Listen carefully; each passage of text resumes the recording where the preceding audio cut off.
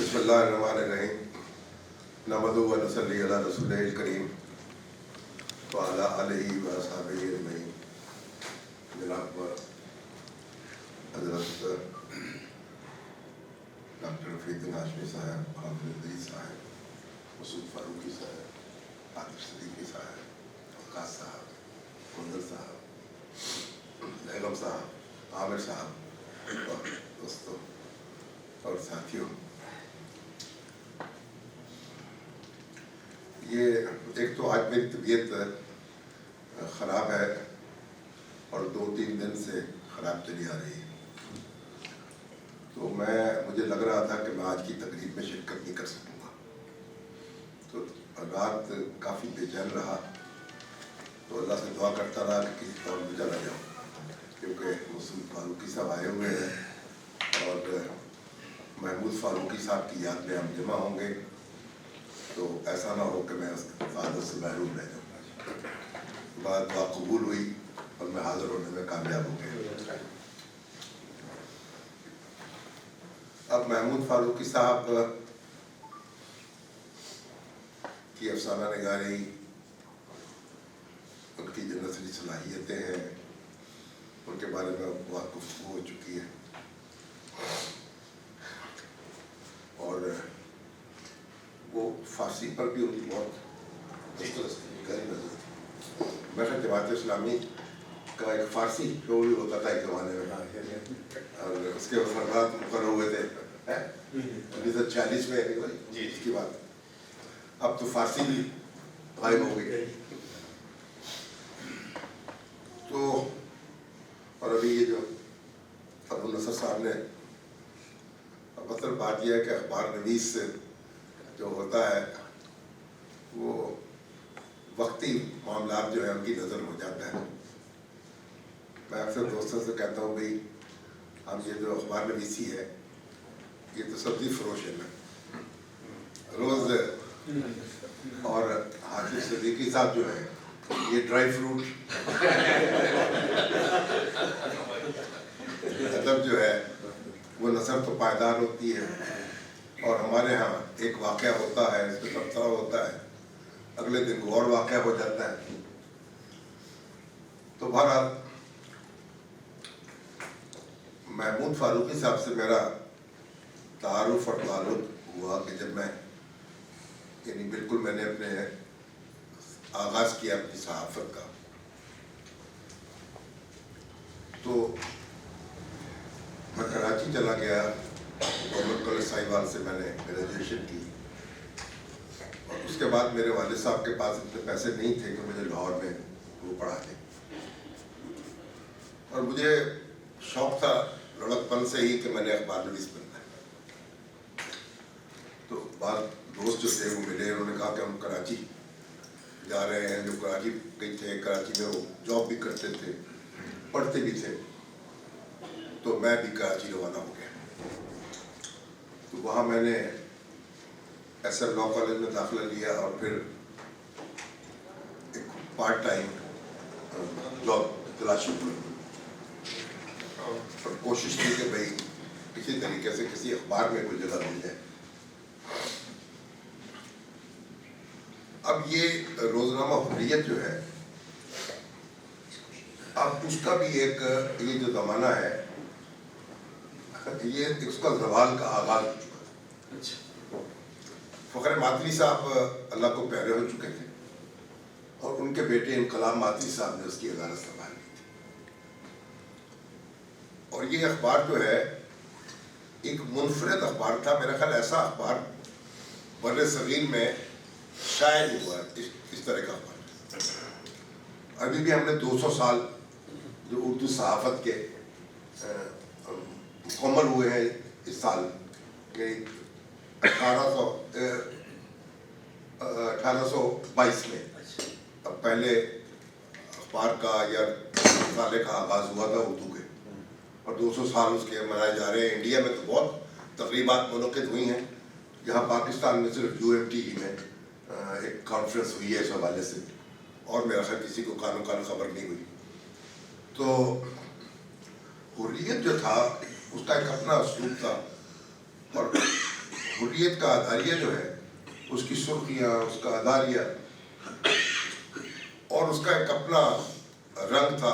اداریہ اس کا بولتا ہوا اداریہ، یعنی اسپوکن ایڈیٹوریل ایسا شاید اردو زبان میں لکھا نہیں گیا. تو یہ فخر ماتری صاحب مرحوم جو ہے یہ ان کی یعنی تخلیق تھا. وہ اداریہ مولانا حسن حسین ندوی ابتدا میں ایسا ہوتا تھا کہ مولانا حسن حسین ندوی جیسے ان کو فخر ماتری صاحب ڈکٹیٹ کراتے تھے. وہ بولتے جاتے تھے اور مولانا اس کو لکھتے تھے اور اس کو اسلوب بناتے اردو ٹھیک کر کے وہ کر دیتے تھے. پھر آہستہ کے مولانا ظاہر ہے خود بھی ایک بہت بڑے عالم دین تھے اور ان کا رسالہ میرے نیم روز جس میں وہ چوریاں پکڑتے تھے سرکے ادیبوں کے. اب مجھے نہیں معلوم کہ یہ سب لوگ کیسے اکٹھے ہو گئے حریت میں. تو بہرحال میں جاب کی تلاش میں حریت کے دفتر جا پہنچا. تو حریت کے دفتر میں اس کے میگزین ایڈیٹر تھے اے آر ممتاز. ان سے ملے، انہوں نے بڑی بڑی حوصلہ افزائی کی. میرے ساتھ میرے ایک عزیز تھے، ان کو تصویریں بنانے کا شوق تھا. تو انہوں نے کہا ہاں ٹھیک ہے آپ کام کریں. تو ہم نے ایک ہفتہ وار یعنی سنڈے ایڈیشن کے لیے فیچر لکھنے لگے. وہ تصویریں بناتے تھے اور میں فیچر لکھتا تھا. اور پہلا ہی فیچر ہمارا جو ہے انہوں نے بیک پیج پہ چھاپا، فل پیج. جب دو تین وہ فیچر چھپ گئے تو انہوں نے کہا اس کا کچھ معاوضہ بھی طے ہونا چاہیے. تو مجھے وہ انقلاب ماتری صاحب کے پاس لے گئے. تو انہوں نے کہا دیکھیں میں نے کسی کی سفارش نہیں کی صاحب، مگر یہ نوجوان جو ہے وہ اپنی سفارش آپ کر رہا ہے. وہ معاوضہ ملنے لگا 100 روپیہ ماہوار. 100 روپیہ ماہوار ان کو فوٹوگرافر کو ملتا اور 100 روپیہ ملتا. کام شروع ہو گیا. اچھا حریت جو ہے اب اس وقت اس کی معاشی حالت بگڑ چکی تھی. یہ اتنا سا کمرہ تھا کہ بس اتنا کمرہ کر لیا.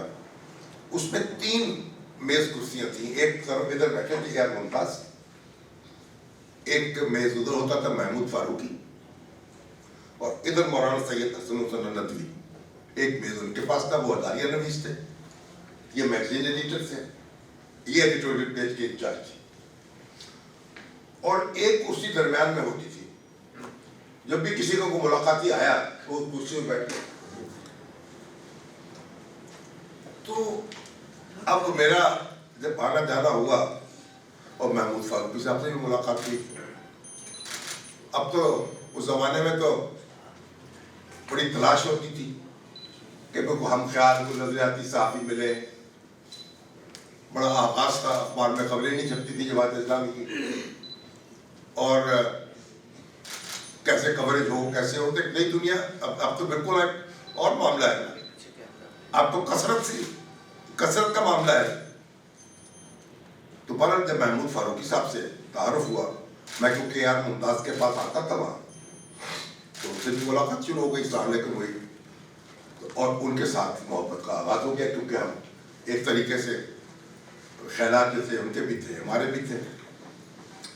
اچھا اب یہ جو ایڈیٹوریل پیج ہوتا تھا حریت کا وہ بھی ہوتا تھا، اس کے ساتھ ایک خطوط ہوتے تھے. اس میں تو جو خطوط کا کالم تھا اس کا عنوان تھا دیوان عام. اور ایک خط مخصوص طور پہ چھاپ کے، اچھا خط ہوتا تھا کسی اچھے موضوع پر، اس کو ایک باکس میں چھاپا جاتا تھا دیوان خاص. اچھا جو سلیکٹڈ. ہاں جی سلیکٹڈ. ایک دن ایسا ہوا کہ میں محمود فاروقی صاحب اب ان کے پاس بیٹھا تو کوئی ان کے پاس اس دن کو خط نہیں تھا، وہ دیوان خاص کا. مجھے کہنے لگا برخوردار ذرا خط ہی لکھ دو دیوان خاص کے لیے. میں نے کہا دیتے ہیں. کوئی کالج تھا لڑکیوں کا، اس میں کوئی ثقافتی تقریب ہوئی تھی. ہم نے جناب قلم اٹھایا اور مولانا حسن حسین ندوی کے انداز میں ایک بولتا ہوا خط لکھ دی. یہ کیا ہو رہا ہے اسلامی جمہوریہ پاکستان میں تعلیمی اداروں میں یہ. اچھا اب وہ خط جو صاحب دیوان خاص میں جو خط چھپ گیا اب اس خط کی دھوم مچ گئی. یہ خط کیسے لکھا گیا ہے اور کس نے لکھا ہے؟ تو مولانا سید حسن مصنع ندوی جو ہیں ان کے ایک دوست تھے شفیق بریلوی صاحب, وہ خاتون پاکستان ایک پرچہ نکلتا تھا اس کے ایڈیٹر تھے. اب وہ آئے ان سے ملنے کے لیے آتے تھے اکثر, اور وہ سیڑھیاں چڑھتے ہی ہمارا وہ کمرہ آ جاتا تھا. تو سیڑھیاں چڑھ رہے ارے مصنع اور چیڑیا ہو گئے ہو کیا, اداریاں لکھتے اب یہ خط بھی لکھنے لگے. یہ وہ بولتے ہوئے آ رہے اور کمرے میں داخل ہوئے, مصنع یہ خط بھی لکھنے لگے اب تو. اس نے کہا ہے خط کون سا لکھ دیا بھائی میں نے؟ انہوں نے کہا یہ دیکھو چھپا ہے آج کے اخبار میں. ان کو لاؤ دیکھا پڑھا, کہتے لگتا تو ایسے ہی جیسے ہم نے لکھا.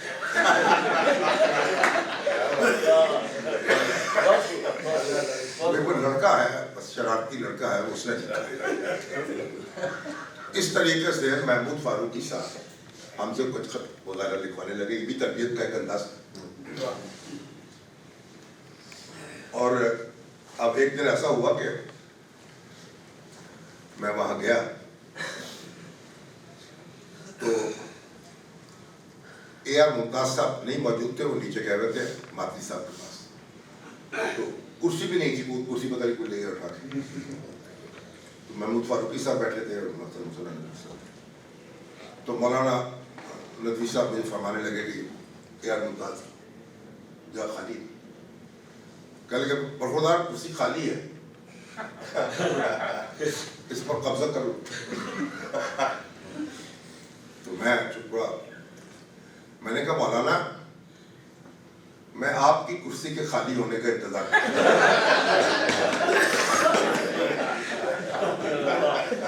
اب یہ فکرہ سنا انہوں نے مجھے کیا کہا, اپنا انداز کیا کہا, پھر کہو. ہاں کمال ہوئی. اچھا ہماری کرسی کے خالی ہونے کا انتظار کریں بس. اور میری دوستی ہو گئی مولانا کے ان سے بات. اب میں ان کے سر میں تیل مالش کرتا, ان کی صحبت میں بیٹھتا, ان سے اقتصاب فیض کرتا. تو فاروقی صاحب ان سے ہماری نشستیں ہوتی, دفتر سے فارغ ہوتے. وہ قسم پرسی کا عالم تھا, تنخواہیں لیٹ ہوتی تھیں. ہمارے حسان کلیمی صاحب جو تھے وہ انڈونیشیا کی ایمبیسی میں تھے, تو وہ پتہ نہیں شاید جا چکے تھے اسلام آباد. وہ آتے وہاں سے آتے تو اب ہمیں ان کا انتظار ہوتا. وہ چائنیز کھانا کھلانے ہمیں, محمود فاروقی صاحب کو اور مجھے بھی چائنیز کھانا کھلانے لے جاتے. اب ہمارے پاس تو اتنے پیسے ہوتے نہیں تھے خود خاص, تو ان کا انتظار کرتے کبھی چائنیز کھانا کھلانے کے لیے آئیں گے. تو وہ فاروقی صاحب کے ساتھ جو وہ نشستیں ہیں اس وقت کی, انہوں نے میری اپنی ایک تربیت میں اور لکھنے کے انداز میں ایک میری رہنمائی کی. اور پھر ظاہر ہے کہ میں لاہور آ گیا اور وہ وہیں رہ گئے. پھر حریت جو ہے مشکلات کا بھی شکار ہوا. اور پھر ایک اس زمانے میں آج کل تو تھا نہیں جیسے اب آپ کا رابطہ ہوتا ہے ٹیلی فون پر, 1 منٹ میں آپ امریکہ بات کر لیتے ہیں, ایسی بات تو تھی نہیں. تو ہمارا تعلق ان سے رہا اور وہ ایک دفعہ لاہور بھی تشریف لائے. میں خیر جا رہے تھے انڈیا جا رہے تھے, تو میرے پاس ایک قیام رہا, اور ان کی اہلیہ بھی تھیں, وہ بھی تھے. تو ان سے ایک تعلق جو ہے, تو میں ان کو اپنے اساتذہ میں شمار کرتا, جن کی صحبت میں اور جن کی انگلی پکڑ کر میں نے چلنا سیکھا. اور انہوں نے, ان کا جو قانون ہے یہ محراب ممبر, اصل میں انہوں نے ایک تاریخ جو ہے وہ ایک افسانوی اسلوب میں ڈال دی. جیسے آپ دیکھتے ہیں نا ہمارے نسیم حجازی صاحب, وہ تو بالکل ناول ہے, افسانہ ہے, مگر اس میں واقعاتی درستگی کے ساتھ ساتھ افسانوی ماحول جو ہے ان کا رہتا ہے تاریخ. تو وہ واقعات جو ہیں اس پہ کمپرومائز نہیں کرتے افسانے کے لیے. یہ اس کی بڑی دھوم تھی اور یہ حریت کا ایک بڑا مقبول کالم تھا.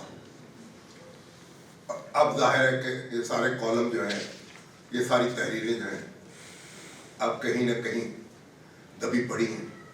اب میرے بھائی نے کوشش کی کہ خالد فاروقی صاحب جنگ میں ایڈیٹوریل رائٹر ہوئے، جب وہاں تقی صاحب جو تھے وہ الگ ہو گئے اس سے، تو انہوں نے بھی اپنا بڑا نام پیدا کیا. داریہ نویسی کی بڑی صلاحیت تھی ان میں ماشاء اللہ. اب یہ کالم جو ہیں، اصل میں کالم تو یہ چھپ گئے. اب پچھلے 1 سال ہوا اسلامک ریسرچ اکیڈمی نے یہ 2 مجموعے چھاپے ہیں، مگر ان کی بے شمار تحریریں، اور یہ کالم ہی میرا ممبر میں خیال بھی موجود ہیں جو چھپنے باقی.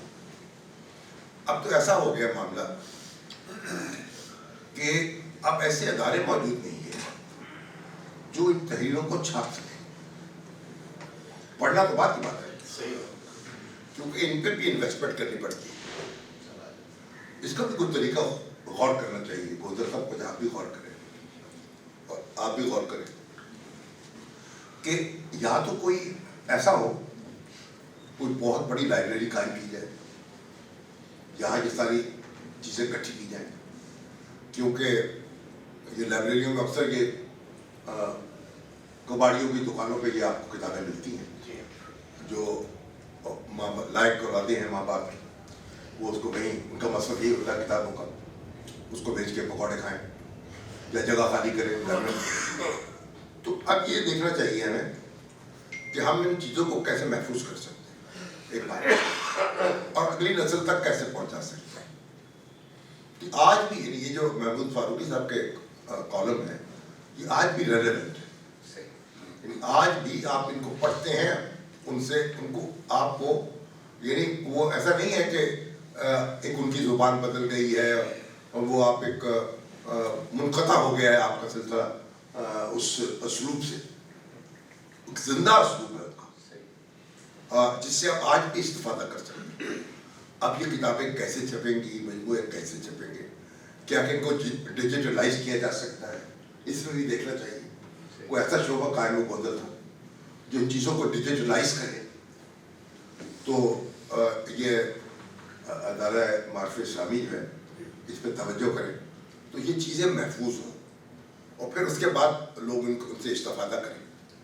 اب آہستہ آہستہ تو ہم نے دیکھا ہے کہ معاملہ بالکل ہی چوڑ ہو گیا کئی معاملات. یعنی جو ہمارے حلقہ ادب اسلامی، جو تنقیدیں، جو بحثیں، جو نظریاتی معاملات اس وقت ہوتے تھے جب ہم نے صحافت کے شعبے میں قدم رکھا تھا، آج تو بحثیں ختم ہو چکی ہیں. آج وہ نظریاتی معاملات اور وہی پس پش چلے گئے. تو ہمیں ان سب کو دیکھنے کی ضرورت ہے، اپنے آپ کو ان سے جوڑنے کی ضرورت ہے. اور میرا خیال ہے کہ اب یہ کتابیں چپتے چپتے جو چھپے گی دیر لگے گی، لیکن یہ ہے کہ اگر ہم اس کو ڈیجیٹلائز کر دیں تو اس سے استفادہ جو ہے زیادہ ممکن ہو جائے گا بہتر طریقے سے، اور یہ برق رفتاری کے ساتھ ان سے استفادہ بھی کیا جا سکے. تو اللہ تعالیٰ محمود فاروقی صاحب کو غریق رحمت کرے، ان کے درجات بلند کرے، اور مسعود صاحب کو اور ان کے جو کزن ہیں ان کو، اور ان کو توفیق دے کہ اس کو محفوظ رکھیں اور تاکہ ہم اسے دوسری نسلوں تک منتقل کر سکیں. بہت شکریہ.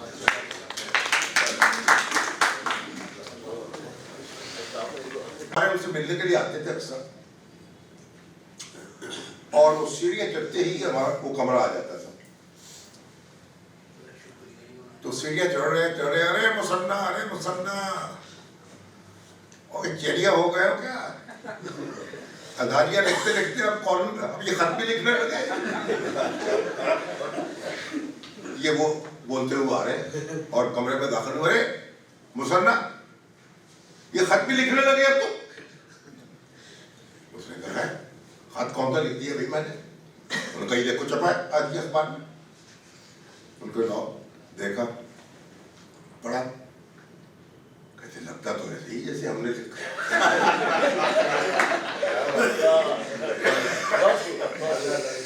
لڑکا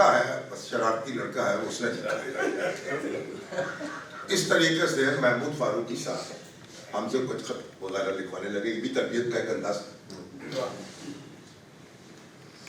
اور اب ایک دن ایسا ہوا کہ میں وہاں گیا تو اے آر ممتاز صاحب نہیں موجود تھے, وہ نیچے گئے ہوئے تھے ماتری صاحب کے پاس. تو کرسی بھی نہیں تھی, وہ کرسی پتہ نہیں کوئی لے گیا اٹھا کے. تو محمود فاروقی صاحب بیٹھے تھے اور محترم مولانا ندوی صاحب. تو مولانا ندوی صاحب مجھے فرمانے لگے کہ اے آر ممتاز جگہ خالی. کہنے لگے برخوردار کرسی خالی ہے, اس پر قبضہ کرو. تو میں چپ پڑا. میں نے کہا مولانا میں آپ کی کرسی کے خالی ہونے کا انتظار کرتا ہوں.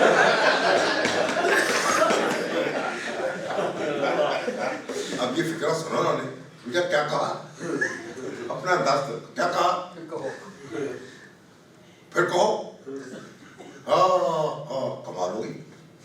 اچھا ہماری کرسی کے خالی ہونے کا انتظار کریں بس. اور میری دوستی ہوگی مولانا کے سے بات. اب میں ان کے سر میں تیل مالش کرتا, ان کی صحبت میں بیٹھتا, ان سے اقتصاب فیض کرتا. تو فاروقی صاحب ان سے ہماری نشستیں ہوتی, دفتر سے فارغ ہوتے. وہ قسم پرسی کا عالم تھا, تنخواہیں لیٹ ہوتی تھیں. ہمارے حسان کلیمی صاحب جو تھے وہ انڈونیشیا کی ایمبیسی میں تھے, تو وہ پتہ نہیں شاید جا چکے تھے اسلام آباد. وہ آتے, وہاں سے آتے, تو اب ہمیں ان کا انتظار ہوتا. وہ چائنیز کھانا کھلانے ہمیں, محمود فاروقی صاحب کو اور مجھے بھی چائنیز کھانا کھلانے لے جاتے. اب ہمارے پاس تو اتنے پیسے ہوتے ہیں کہ خود خاص تو ان کا انتظار کرتے کہ کبھی چائنیز کھانا کھلانے کے لیے آئیں گے. تو وہ فاروقی صاحب کے ساتھ جو وہ نشستیں ہیں اس وقت کی, انہوں نے میری اپنی ایک تربیت میں اور لکھنے کے انداز میں ایک میری رہنمائی کی. اور پھر ظاہر ہے کہ میں لاہور آ گیا اور وہ وہیں رہ گئے. پھر حریت جو ہے مشکلات کا بھی شکار ہوا. اور پھر ایک اس زمانے میں آج کل تو تھا نہیں جیسی ہے, اب آپ کا رابطہ ہوتا ہے ٹیلی فون پر, 1 منٹ میں آپ امریکہ بات کر لیتے ہیں. ایسی بات تو تھی نہیں. تمہارا تعلق ان سے رہا اور وہ ایک دفعہ لاہور بھی تشریف لائے. میں خیر جا رہے تھے انڈیا جا رہے تھے, تو میرے پاس ایک قیام رہا, اور ان کی اہلیہ بھی تھیں, وہ بھی تھے. تو ان سے ایک تعلق جو ہے, تو میں ان کو اپنے اساتذہ میں شمار کرتا, جن کی صحبت میں اور جن کی انگلی پکڑ کر میں نے چلنا سیکھا. اور انہوں نے, ان کا جو کالم ہے یہ محراب ممبر, اصل میں انہوں نے ایک تاریخ جو ہے وہ افسانوی اسلوب میں ڈال دی. جیسے آپ دیکھتے ہیں نا ہمارے نسیم حجازی صاحب, وہ تو بالکل ناول ہے, افسانہ ہے, مگر اس میں واقعاتی درستگی کے ساتھ ساتھ افسانوی ماحول جو ہے ان کا رہتا ہے تاریخ. تو وہ واقعات جو ہیں اس پہ کمپرومائز نہیں کرتے افسانے کے لیے. یہ اس کی بڑی دھوم تھی, اور یہ حریت کا ایک بڑا مقبول کالم تھا. اب ظاہر ہے کہ یہ سارے کالم جو ہیں, یہ ساری تحریریں جو ہیں, اب کہیں نہ کہیں دبی پڑی ہیں. اب میرے بھائی نے کوشش کی کہ خالد فاروقی صاحب, اب خالد فاروقی صاحب جنگ میں ایڈیٹوریل رائٹر ہوئے, جب وہاں تقی صاحب جو تھے وہ الگ ہو گئے اس سے, تو انہوں نے بھی اپنا بڑا نام پیدا کیا. داریہ نویسی کی بڑی صلاحیت تھی ان میں ماشاء اللہ. اب یہ کالم جو ہیں, اصل میں کالم تو یہ چھپ گئے. اب پچھلے 1 سال ہوا اسلامک ریسرچ اکیڈمی نے یہ 2 مجموعے چھاپے ہیں, مگر ان کی بے شمار تحریریں, اور یہ کالم ہی محراب ممبر میں خیال بھی موجود ہیں جو چھپنے باقی. اب تو ایسا ہو گیا معاملہ کہ اب ایسے ادارے موجود نہیں ہیں جو ان تحریروں کو چھاپ سکیں. پڑھنا تو بات کی بات ہے, کیونکہ ان پہ بھی انویسٹمنٹ کرنی پڑتی ہے. اس کا بھی کوئی طریقہ غور کرنا چاہیے. گوزر صاحب کو آپ بھی غور کریں, اور آپ بھی غور کریں کہ یا تو کوئی ایسا ہو, کوئی بہت بڑی لائبریری قائم کی جائے, یہاں یہ ساری چیزیں اکٹھی کی جائیں، کیونکہ یہ لائبریریوں میں اکثر یہ کباڑیوں کی دکانوں پہ یہ آپ کو کتابیں ملتی ہیں جو لائق کراتے ہیں ماں باپ، وہ اس کو کہیں ان کا مقصد یہ ہوتا ہے کتابوں کا، اس کو بیچ کے پکوڑے کھائیں یا جگہ خالی کریں گھر میں. تو اب یہ دیکھنا چاہیے ہمیں کہ ہم ان چیزوں کو کیسے محفوظ کر سکتے ہیں ایک بات، اور اگلی نسل تک کیسے پہنچا سکتے ہیں. کہ آج بھی یہ جو محمود فاروقی صاحب کے کالم ہے یہ آج بھی ریلیونٹ ہے.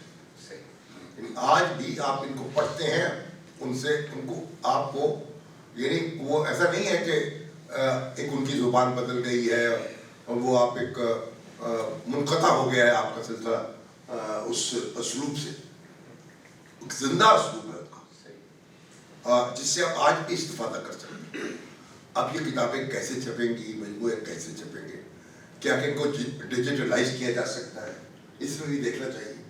کوئی ایسا شعبہ قائم و بدل تھا جو ان چیزوں کو ڈیجیٹلائز کرے تو یہ ادارہ معرفت اسلامی جو ہے اس پہ توجہ کریں تو یہ چیزیں محفوظ ہوں اور پھر اس کے بعد لوگ ان سے استفادہ کریں.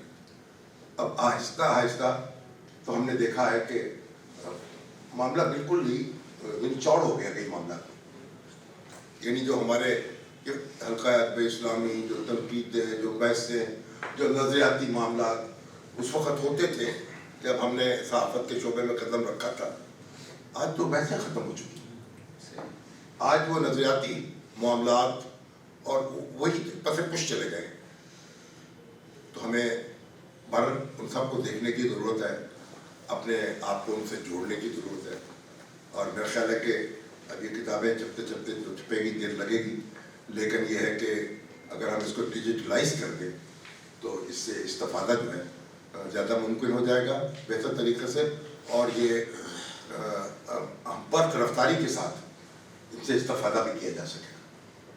تو اللہ تعالیٰ محمود فاروقی صاحب کو بریک رحمت کرے، ان کے درجات بلند کرے، اور مسعود صاحب کو اور ان کے جو کزن ہیں ان کو اور ان کو توفیق دے کہ اس کو محفوظ رکھیں اور تاکہ ہم اسے دوسری نسلوں تک منتقل کر سکیں.